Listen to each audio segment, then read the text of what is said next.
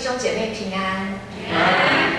今天很高兴代表神学院来到这边跟大家请安。那我不是道授的老师，我是灵性咨商的老师，所以每次在准备分享的时候，我都在想说，怎么样让大家知道神学教育里面，灵性咨商为什么会在神学院当中，为什么神学院会看重这个部分？就像昨天前天我们在神学生活体验营的时候，有学生问一个问题，我觉得他问得非常好。他说：“老师，我既爱世界又爱上帝，我该怎么办？”这是一个座谈会，很多老师都在分享这一个问题。我想这刚好跟今天的分享是很有关联的。那我们就在这里先做一个祷告。主，我们感谢你，若不是你的爱，我们毫无能力，也因你拣选了我们，使我们能品尝到你那长阔高深的爱，激动着我们，使我们更渴望走向你。也因着你的爱，使我们成为那一个备用的器皿，让人接触到我们的时候，也看见你就在我们的当中。主，我们感谢你，求你借由今天仆人的口，带领出来那一个重要的讯息，来自于你爱的语言。也求你敞开我们在座弟兄姐妹的心，使他们慷慨地将自己奉献出来，来让你触碰。我们感谢赞美你，祷告祈求是奉主耶稣得胜的名。今天大家一定很奇怪，想说起印文跟圣经怎么都一样？我不知道大家对这一则经文应该都非常熟悉，特别是我们常常还会唱这一首诗歌《爱的真谛》。爱是恒久忍耐，又有恩慈；爱是不嫉妒；爱是不自夸，不张狂，不做害羞的事，不求自己的益处，不轻易发怒，不计算人的恶，不喜欢不义，只喜欢真理。凡事包容，凡事相信，凡事盼望，凡事忍耐。哥林多书13章4到7节。这首歌就算是未信主的基督徒都会唱，但我不知道当他们唱这首歌的时候，他了不了解那份爱是什么。当我们在谈爱的时候，我们如何去了解这份爱到底是什么？这份爱是来自于从我们人生当中本能的爱，还是那无限的主在我们身上留在我们身上的这份爱？所以当我在特别选择这个经文的时候，我觉得这也是在我去年刚生了我第一个孩子，在这个过程当中，我有在陪伴他育婴假的过程，我有非常深的体会，主的爱跟我们在行动的爱，其实我们真的非常需要信靠他。特别在我在准备这则经文的时候，我不知道大家对于这个经文在听的时候，是不是我们都会想说，这首歌好像就在常常鼓励我们要怎么去对待别人。爱是恒久忍耐，又有恩慈。我们可能会常常对着我们的伴侣说，爱是恒久忍耐，又有恩慈。我们好像也把它当成我们对别人的身上期待得到他们的爱，做在我们的身上，我们也要求自己要做到这一份，才能够叫做我们爱别人。这样讲好像都对，但是好像就缺少什么，是不是大家都会觉得非常的困难？爱的本身就是我们的主。所以当我在细细的去品尝这个经文的时候，我发现这个爱在行动之前，它要我们先了解，爱对我们来讲到底是什么。对我们来说到底是什么？它是一个在我们身上，主在我们身上要显现一个什么东西要对我们说。在我们能做出任何事情之前，当我们在做辅导的时候，我们都知道，人常常会因着他的过错，因着他的痛苦来到我们的前面，让我们陪伴，让我们希望能够借由这些谈话，能够让他们带来一些改变。但是如果我们带着是一种教导，一开始就开始进入教导，一开始我们就告诉他们你做错了什么，或是要他们不断强求的来承认自己的错，你会发现那个过程其实很难建立关系，很难建立关系。但是回到我们在圣经当中，在创世纪的时候，当亚当夏娃犯了罪，上帝岂不知道他们做的事吗？但他是用什么样的话语开启了对亚当跟夏娃第一句的对话？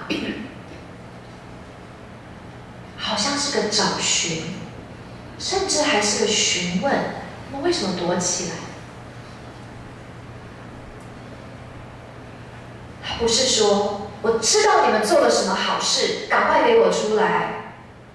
我小时候常常被我妈妈这样说，我就会躲在那个地方，想看看躲到最后能不能躲到妈妈气消，就发现这不是一个好方法。所以呢，那份爱让我们先能够走出来，我们才能面对我们生命的问题。主用他的爱来吸引我们，帮助我们来面对我们自己。爱，在这一个经文当中，我是用The Messenger。其实有时候我们在用英文的时候，会发现它跟中文很不太一样哦。它里面那些文字，其实都会告诉我们说，爱的里面有一些什么样的意义？爱的本身到底是什么？上帝要我们了解的爱到底是什么样子？它让我们更清楚看见，是不是这份爱也在我们的身上曾经被摸着，曾经被获得过。当我们能够去做出来之前，我想今天一个很重要，来对大家也是个叩门：你曾经有得到这些爱吗？你有这份爱的经验吗？你有从上帝而来这份爱的真谛的经验吗？你有体会过爱是恒久忍耐又有恩慈？上帝对你的爱是无止境的包容。你有体会到上帝对你的爱不是一种以他为自我中心，但是却是要成全你，却是要为你而牺牲。这份爱不是非常的狂烈，但是却在你的身上孕育很久，让你没有办法 say no。 这份爱让你感受到没有什么东西是害羞的，好像这件事情感觉到是一个这么的愉悦，这么样的开心的，好像这个时候自己不会觉得自己很羞愧，但是却很愿意的去接受，想要去拥抱我的主。在座的弟兄，有没有那种渴望，你想去抱耶稣，抱我们的主？有的时候对女生可能比较容易一点，对男生来讲，好像我们从小被教导就是要成为一个顶天立地，要成为一个勇敢的人。特别在早年的时代，比较不太讲爱，父母对孩子的爱在拥抱上是很少的。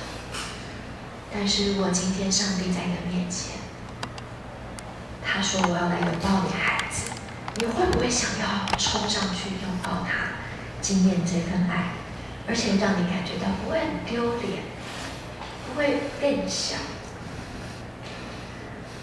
是否你感受到主对你从不发怒，并不计算你身上所做的这些，让你们感到痛苦，或是一些不是很好的事。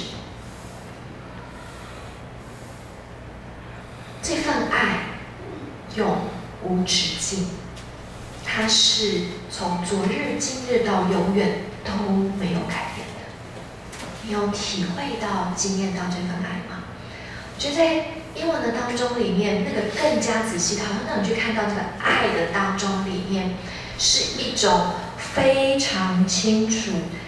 除了我们在谈到，好像凡事忍耐，好像叫我们要忍耐，但是不是那个忍耐是一种 endure， 是一种持久的，是一种愿意的，是一种越开放的，不是一种压抑的。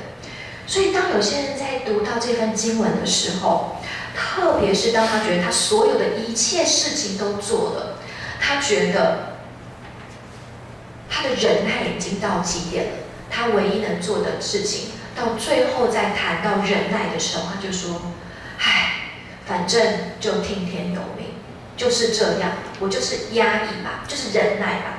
忍这个字，不就是心字头上把刀吗？上帝的忍耐是心字头上一把刀吗？你有感受到他的忍耐当中的那种无限、那种包容吗？所以我们更要了解，爱到底是从谁开始的？是从我们坐在别人身上，还是别人坐在我们的身上？第一，我们要先了解我们的缺乏，真是了解爱并不是单单的来自于我们能做什么，或是从别人身上我们必须要获得什么。但是在现代的社会里面，爱好像是一种我爱你，所以我要为你做些什么事，或是你爱我，你要为我做些什么事。这可能是世界上大家在分享的爱，没有不好。但是在我们的信仰里面，我们更知道这份爱其实是让我们看到我们生命当中，其实我们的缺乏，一切的所有，乃是我们的主来满全了我们。爱不是一个我们要求来的，它是一个白来的恩典，它是一个恩典，从天而来的恩典。这份恩典不是因为我们做了什么，而是因为他先爱了我们。这份爱也因为是从神而来，从神而生，所以我们也更需要去认识我们的主，我们才能知道这份爱的本质是什么。这也就是在爱的真谛当中，在第4章到第7章的地方，满满的让我们看到爱是。如果我们把爱改成上帝是，是不是会让你感觉到不太一样？上帝等于爱，等于点点点。所以当我们有很多的能力给出去，我们有知识的话语，我们有金钱，我们有一切，但若没有了爱心，在经文当中也告诉我们，这些对我们自己来讲是有益还是无益？是无益的。因为主说，我就是要把我自己给你，他献上他的独生爱子，做了这样的挽回祭，他就是要你去经验到这份深刻不变的爱，还要我们在那当中享受他对我们的这份深刻且不变的爱。所以爱的讯息其实更重要是要展现主的奥秘。所以当我们提到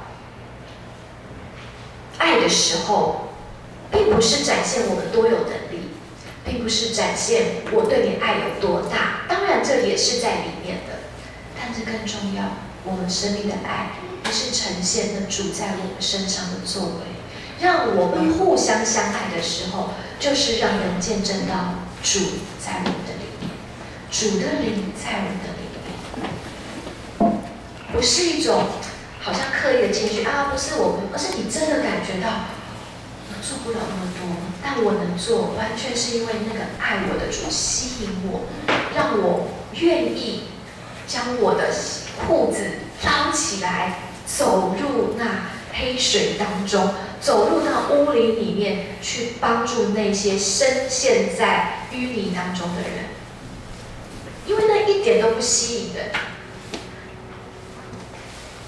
所以容我这么说，当许多的我们常常讲，当许多慈济的弟兄姐妹做这些善心的事，我相信他们被善功吸引。但当我们在做这些事的时候，我们是被什么吸引？都是好的，但身为一个基督徒，我们是因为知道那有一个更好的，就是我们的主上帝。那说方言的，原不是对人说，乃是对神说，因为没有听出来。然而他的心灵所讲的是各样的奥秘。这些爱就是深刻的奥秘，只有你去经验，你才能够去体会到上帝他在我们身上所为我们带来的至深至切的事。所以爱到底是什么呢？我们要了解到爱，如果我们回到圣经当中去了解的话，在哥林多书13章4到7节当中，认出主在我们身上彰显的特质。神会发怒，但他常常在发怒的时候，他也会感受到我们的痛苦，他也会做一个转向，他也会做个调整。为什么？因为他太爱了，他太天选物了。他的爱不是一种溺爱，不是一种放纵的爱，他的爱里面是希望我们好。但他当看到我们在痛苦当中的时候，他且不跟我们一样感受到那一种感觉。身为父母的人应该都知道，当孩子流下泪的时候，我们的实心就变肉心。或是你家有宠物的，当你的宠物被你骂，然后在那边眼睛不小心下垂，尾巴不小心下垂的时候，你就想说：哎，好了，算了算了，下次不要。那一种心，你就会开始知道那种，其实你不是要他怎么样，我不是要你死啊，我不是要你我不是要你就是好像怕我，没有，我也渴望在爱当中，你也透过我为你好，你也能爱我，我也爱你。所以我们在彼此相爱当中，我们能够体会，相互的去分享，这是上帝非常渴望的事。是不但他爱我们，我们也以爱回向他，也以爱回向在那个笑似他的人身上，就是我们周边的人。哥林多书13章4到7节，我们再回到那个圣经章节里面去看。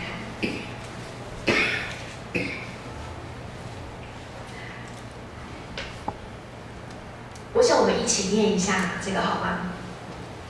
爱是恒久忍耐，又有恩慈；爱是不嫉妒，爱是不自夸，不张狂，不做害羞的事，不求自己的益处，不居心发怒，不计算人的恶，不喜欢不义，只喜欢真理。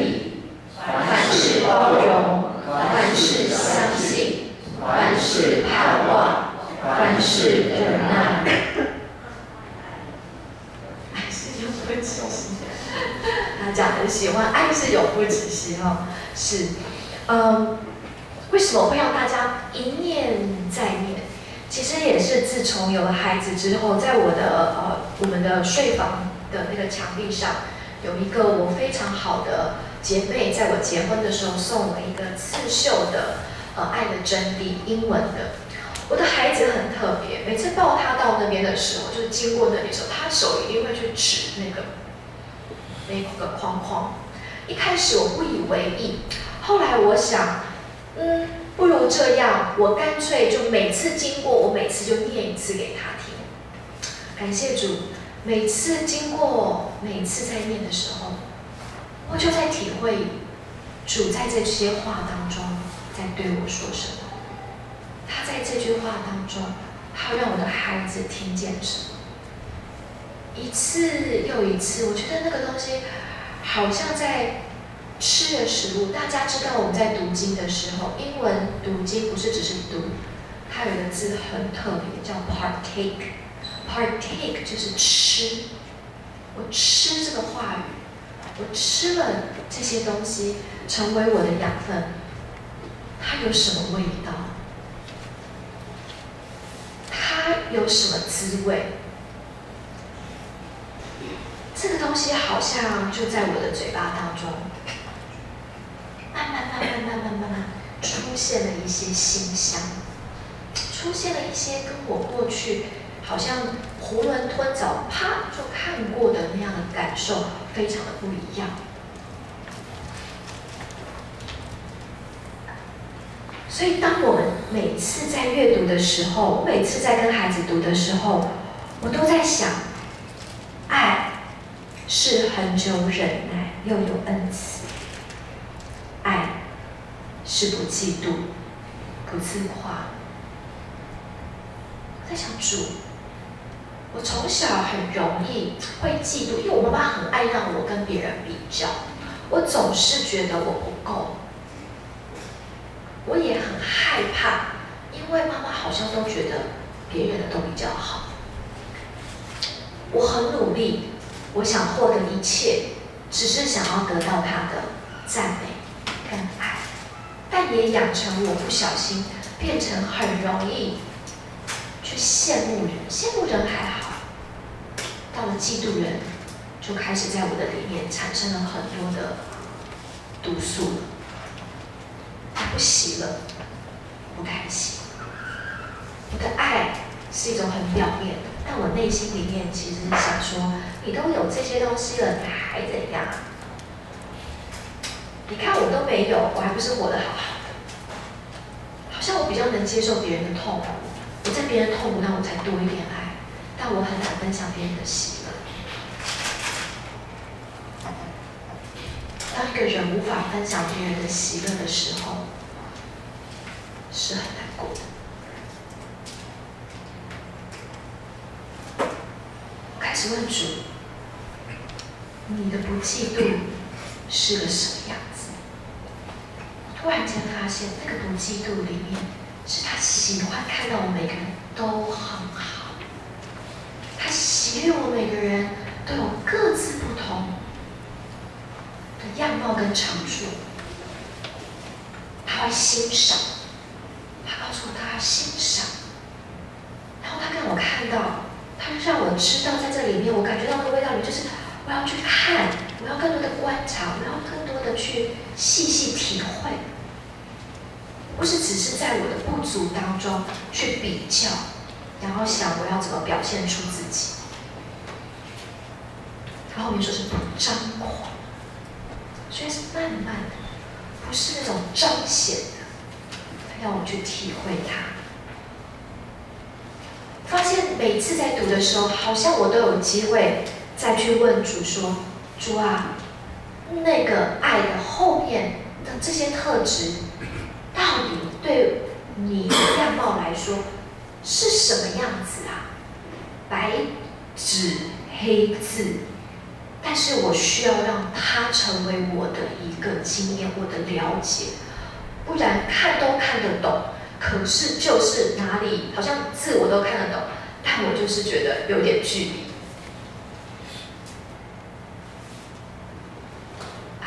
轻易发怒。我记得有一次读完这段的时候，那天特别看到小孩子，我买了一杯咖啡，我好高兴哦！我买了一个 7-Eleven 那个有气泡的咖啡，我那天真的很开心。然后就放在我们家的客厅的桌子上。放上去之后，我们家女儿因为还没满1岁嘛，爬，现在终于会站起来了。然后到那个地方，在很不疾掩耳的之下，她就把那个咖啡给满倒。马上我的火就来了，哇，一整杯满满的哦！我今天给我自己一点小小的小确幸，结果竟然在我非常愤怒的时候，我发现他好开心的在玩那个地上的咖啡。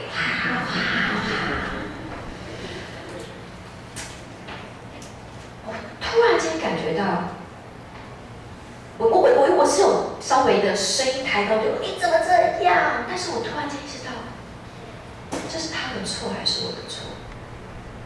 我突然间意识到，他到底懂不懂我在说什么？我在发怒的时候，我是在为什么东西而生气？难道这杯咖啡比不过我女儿在那个地方玩得很开心的那个价值吗？后来我也意识到，这个孩子其实他不懂，因为他不能理解放在桌子上的东西不能动，但是懂的人是我们这些大人。该让他树立知道什么东西可以，应该是我把一个安全的环境把他给树立出来，那才是我爱他，而不是对他发脾气。发脾气是因为我觉得我的一点小确幸被你给 ruin 了，被你给弄掉了。但后来我发现他的开心却让我有一个转变，所以在那个当下，我马上就把桌面一些我觉得可能会带来一些不方便的东西放到比较高的地方，然后就让他其实可以自由的，因为他还没有办法完全听得懂，不轻易发怒。到底这个发怒是什么？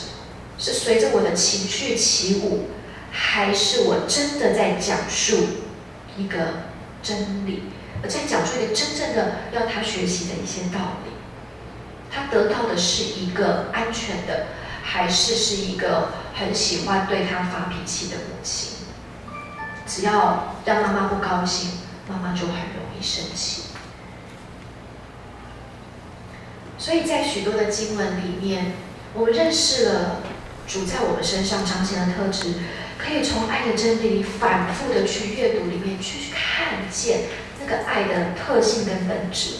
当然，我们也要去注意另外一个部分，就是在耶稣基督在福音书里面，他跟许多人的会遇，他跟许多人的相遇，他是用什么样的方式去接触了这些跟我们差不多的人，平民老百姓，可能是贪婪的，可能是做错事的，可能是贫穷的，可能是跋扈嚣张的。但是他用什么样的方式救济了我们？他用什么样的方式叫了撒该的名字？你想想看，当我们见到撒该这个税吏的时候，我们会喜欢他吗？可能不会哦。如果他在教会里面，会让你想起像什么样的人？你看见他的时候会客客气气，但你内心对他会这么的开放吗？但耶稣用什么样的方式去接触这个人？约翰福音第8章里面所讲到的行淫的妇女，这个被众所气愤的一个女性，做错了一件事，所有的人对她的愤怒，对她的指责，恨不得置她于死地。但耶稣用什么样的方式去走向这一个女性？还有什么样的话语，在这故事里面，你经验到了什么，体会到了什么？我们是不是也是那撒该？我们是不是也是那行淫的妇女？你有体会到自己被如此的接近，让耶稣基督这么样的接近我们，这么样的呼唤我们吗？或许在这个福音书当中，有的时候我们读完经，细细的品味，主，在这个福音书里面，我在哪里？你在哪里？你要对我说什么？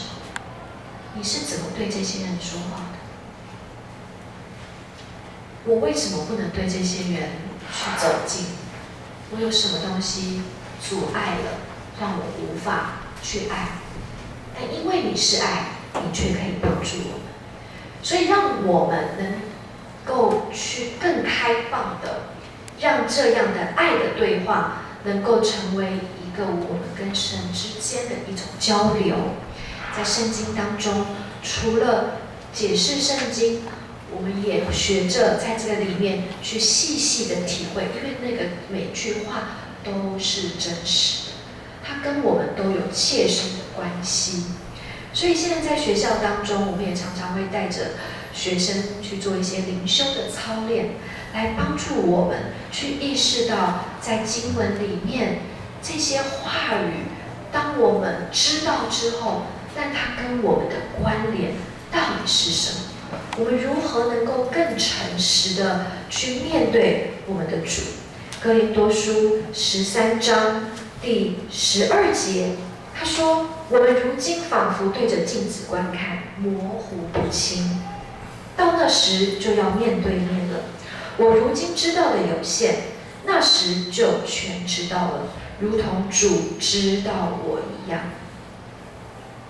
我们现在知道的真的还是不够，但我们却能够因为在这样的一个交谈当中，去了解上帝的爱，透过耶稣在福音书当中众多的这些呈现，触发我们去体会到，好像似乎能看见那份爱心在我们的身上也正在对我们做。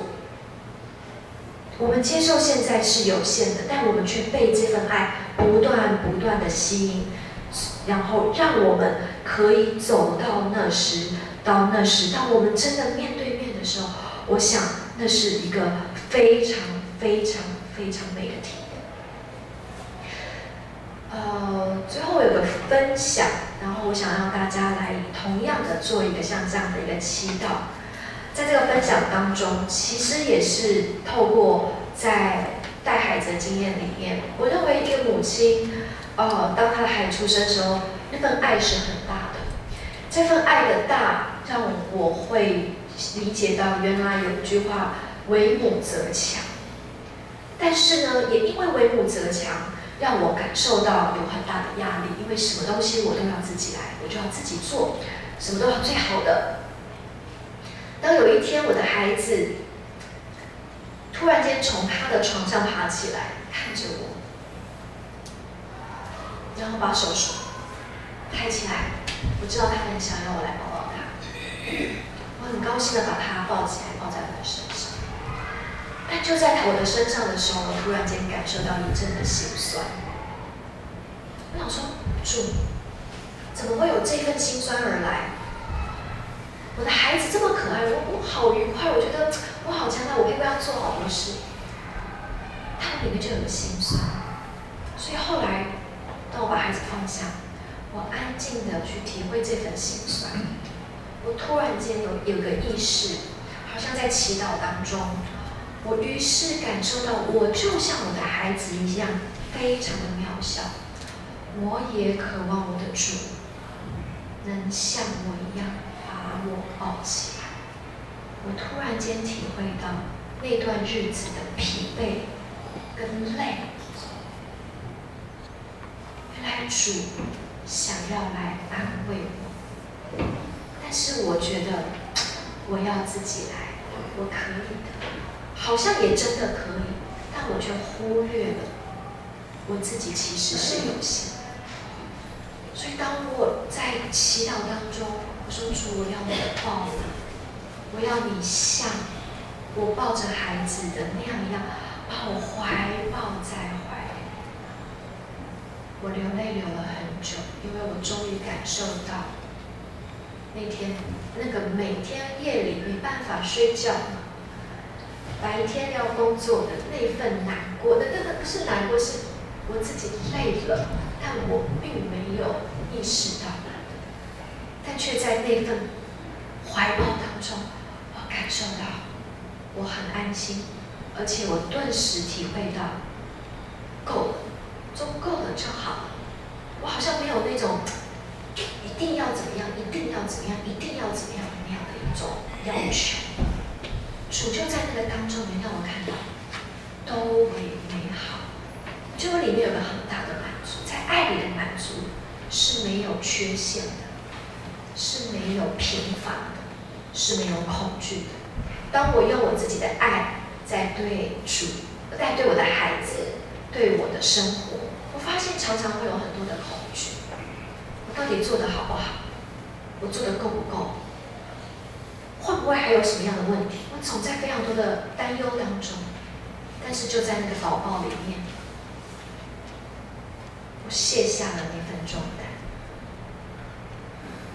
我感觉到主的很久忍耐，又有恩慈。他终于等到我自己那个里面的那种，爸爸，你可以抱我吗？爸爸，你可以抱住我吗？让我们一起来做一个祈祷。亲爱的主，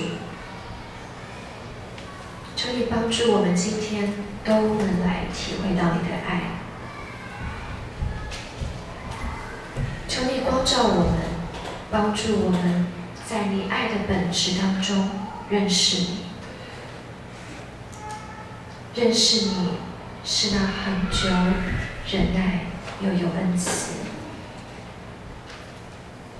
认识我的主是个不嫉妒、不自夸、不张狂、不做害羞的事。我们的主不求自己的益处，不轻易发怒。他不计算我们的恶，但他不喜欢不义，只喜欢正义。他凡事都包容，都相信。他带着盼望，也带着忍耐。哪一个特别的让我们感到吸引？哪一句话让我们感到特别的触动？发现到我们对那份爱的本质有一份渴求，要不要让我们也来对主说一说？求我们的主来帮助我们更深的认识他，也更深的经验到这个爱的真实跟我们的关联。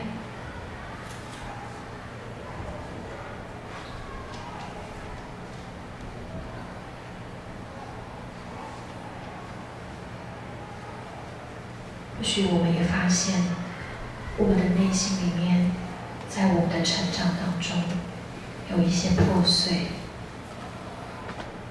是不是我们也可以对我们的主来祈求，那份破碎的记忆，恳求他来到当中，帮助我们，疗愈我们，因为我们没有办法。但他却是全能的神，他要用他的爱，使我们脱离凶恶，脱离黑暗。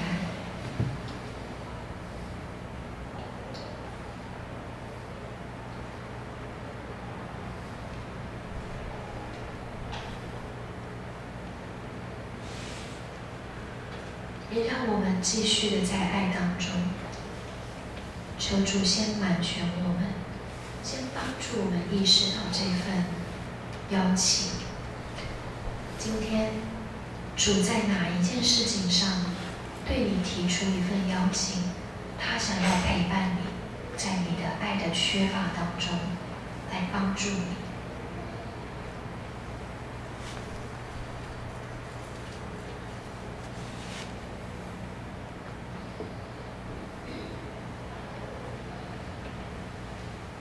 就让这一份帮助也成为明天在生活当中你可以注意到的地方，转变你的一个行动，让主的帮助也成你生活当中的一个力量，成为一个行动，带入到这个世上，在你的生活里，在你对待你自己以及你对待他人当中。